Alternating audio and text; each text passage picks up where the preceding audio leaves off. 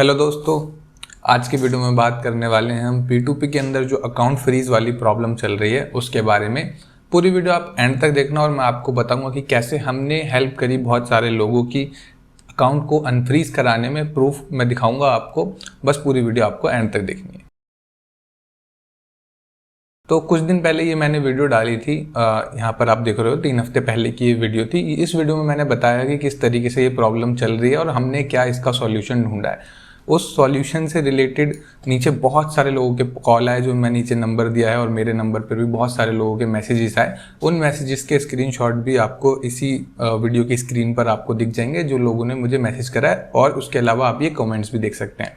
यहाँ पर आप लोग इस लास्ट वीडियो के कमेंट पढ़ेंगे तो आपको पता लगेगा कि कम से कम 65 कमेंट्स हैं और 65 में से जो ज़्यादातर लोग हैं इनके अकाउंट जो है ब्लॉक हो रखे थे और फ्रीज हो रखे थे P2P में ट्रेडिंग करने की वजह से। और ज़्यादातर जो थे बाइनेंस से ही थे और उसके अलावा 1-2 UB ग्लोबल और अदर एक्सचेंजेस से थे।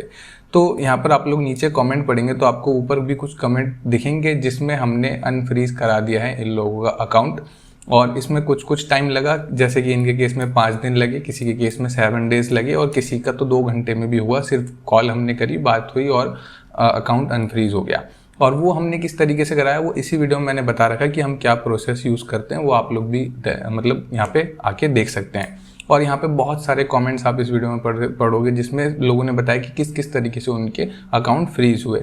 माई bank also freeze because police reason code bank not helping, मतलब जो भी इन्होंने लिखा है ये है। किसी का किसी वजह से हुआ है, किसी का किसी वजह से हुआ है, किसी का राजस्थान से हुआ है, किसी का बेंगलोर से हुआ है, किसी का उदयपुर से हुआ है, किसी का साउथ में बहुत सारी जगह से हुआ है। किसी ने बोला कि मैंने थर्ड पार्टी नहीं करा, मेरा फिर भी जो है वो फ्रीज हो गया अकाउंट। तो बहुत सारे, मतलब हमें भी तब पता लगा जब हमने एक्चुअली लोगों से बात करना स्टार्ट करी और लोगों से समझा और उनको पता, मतलब उनके बारे में जाना कि किस तरीके से ये अकाउंट फ्रीज वाली प्रॉब्लम चल रही है और लोग किस किस तरीके से यहाँ पे इन्वॉल्व हो रहे हैं।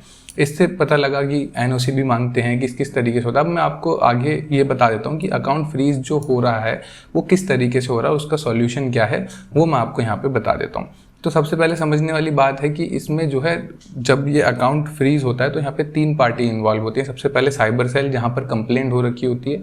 दूसरा जो है हमारे बैंक इन्वॉल्व होते हैं जिनके पास कंप्लेंट आती है। और तीसरे जो होते हैं हमारे बायर सेलर्स यहाँ पर इन्वॉल्व होते हैं। जैसे कि आपने P2P में ट्रेड करी और उस बंदे ने ही आपकी कंप्लेंट कर दी, एक तो केस ये हो सकता है। दूसरा केस ये हो सकता है कि जिसने आपको पेमेंट सेंड करी उसके पास वो पैसा था, वो फंड जो था वो फ्रॉड का फंड था, उसने किसी के साथ फ्रॉड करा और उसने उसी पैसे से आपसे USDT बाय कर लिया, यानी कि वो फ्रॉड वाला पैसा आपके बैंक में आ गया। तो उसकी कंप्लेंट हुई और उसके बैंक से पैसा आया इधर, इसलिए आपकी भी कंप्लेंट हो गई और आपका अकाउंट भी फ्रीज हो गया। ये ज़्यादातर नॉर्मल केस में यही हो रहा है।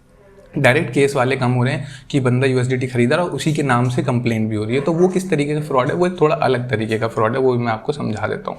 तो अगर ये केस आपके साथ हुआ है कि आपका जो आपने जिस नाम से ट्रेड, एक बंदा है रवि नाम से मान लेते हैं, उसके साथ आपकी ट्रेड हुई है और उसी नाम से कंप्लेंट भी हो गई है, तो ज़्यादातर चांसेस ये हैं कि उसने जानबूझ के आपकी कंप्लेंट करी है। अब वो क्या कहेगा कि आपने 10,000 रुपये की ट्रेड करी है ना, 10,000 रुपये आप वापस कर दो और आपका जो है NOC दे दूंगा मैं और आपकी बैंक अकाउंट अनफ्रीज हो जाएगा। और दूसरा केस ये होगा कि आपको पता ही नहीं होगा कि मेरे अकाउंट क्यों फ्रीज हुआ, ये कौन सा पैसा लिया था मैंने, क्या ट्रेड करी थी, कंप्लेंट तो किसी और के ही नाम पे। तो उस केस में ये होगा कि वो चेन में आपका अकाउंट बंद हुआ है, यानी जहाँ से भी पैसा ट्रांसफ़र हो के आपके पास आएगा वो सारे अकाउंट्स जो है फ्रीज हो जाएंगे। तो आपको पता लगेगा कि ये जो चेन वाली अकाउंट, तो आपके पास अगर प्रूफ होगा कि आपने इसको पैसे दिए तो वो भी तरीका है एक तरीके से, उसको भी हम ठीक कर सकते हैं। तो ये 2-3 तरीके हो गए जिस तरीके से आपको पता लग जाएगा कि आपका अकाउंट अनफ्रीज हो गया। अब फ्रीज करने के लिए सबसे पहले आपको 3 चीज़ों की सबसे पहले ज़रूरत पड़ेगी कि भाई साइबर सेल जो आपकी कंप्लेंट हुई है वो बैंक से आपको जाके डिटेल लेनी पड़ेगी कि एक्चुअली आपकी कंप्लेंट क्या है। उस कंप्लेंट के अंदर साइबर सेल का एड्रेस होगा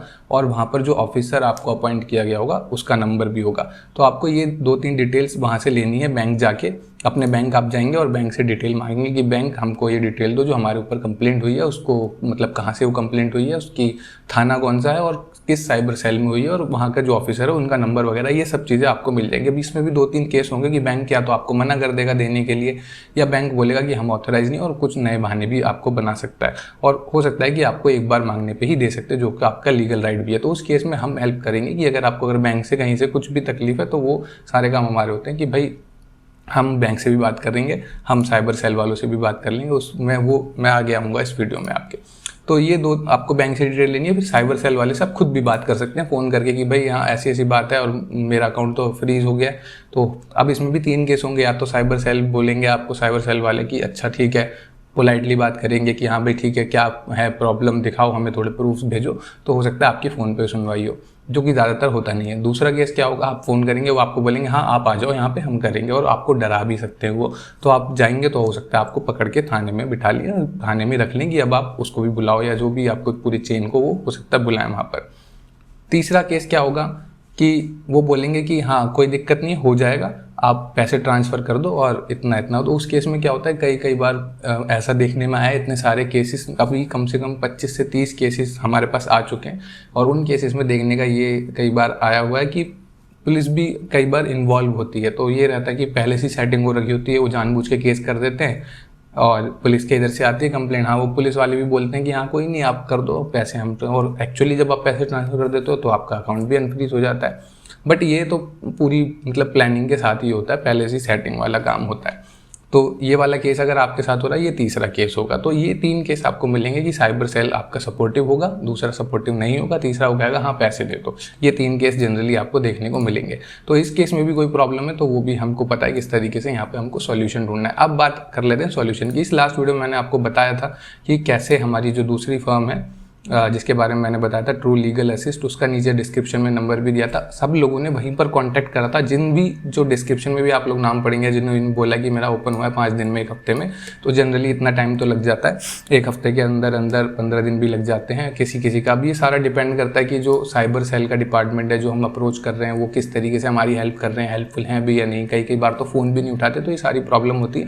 बट ये है कि हमने जब कुछ गलत नहीं करा है, तो साइबर सेल हो या सुप्रीम कोर्ट हो या हाई कोर्ट हो, सबको हमारी बात माननी ही पड़ेगी। हमारे पास लीगल प्रूफ है और हमने कोई गलत काम नहीं करा है, तो हमें ये मतलब जो भी डिपार्टमेंट हो उसको हमारी बात माननी पड़ेगी, थोड़ा बहुत देर से या थोड़ा बहुत जल्दी, ये बात तो पक्की है।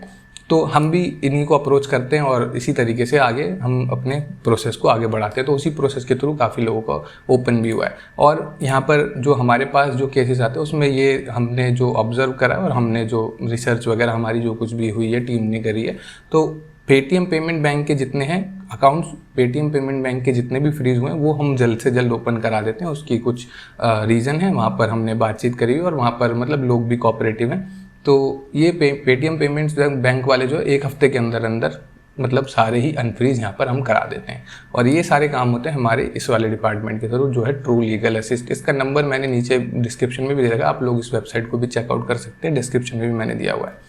तो आपको अब क्या करना है, या तो ये वाली जो वीडियो पुरानी मैंने बनाई है इसमें देख लीजिए, इसमें मतलब पूरे तरीके से मैंने बताया। आप लोग जाके वीडियोज़ के कॉमेंट्स वगैरह जो कुछ भी आप पढ़ना चाहें पढ़ सकते हैं।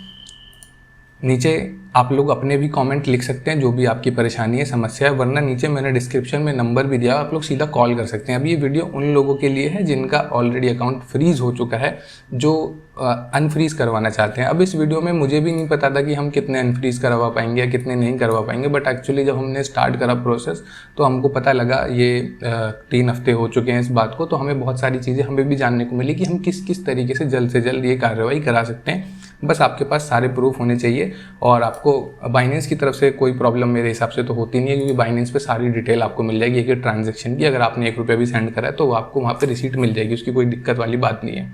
तो यहाँ पे 2-3 केस फंसते हैं कि आपका साइबर क्राइम जो जब हम बात करेंगे तो ये लोग रिस्पॉन्स ना करें या फिर ये आपको डराएं धमकाएं, तो उसकी चिंता आपको नहीं करनी। आपने कुछ गलत नहीं करा, आपको हमारी हेल्प लेनी है, आपके बिहाफ पे सारी चीज़ें हम करेंगे।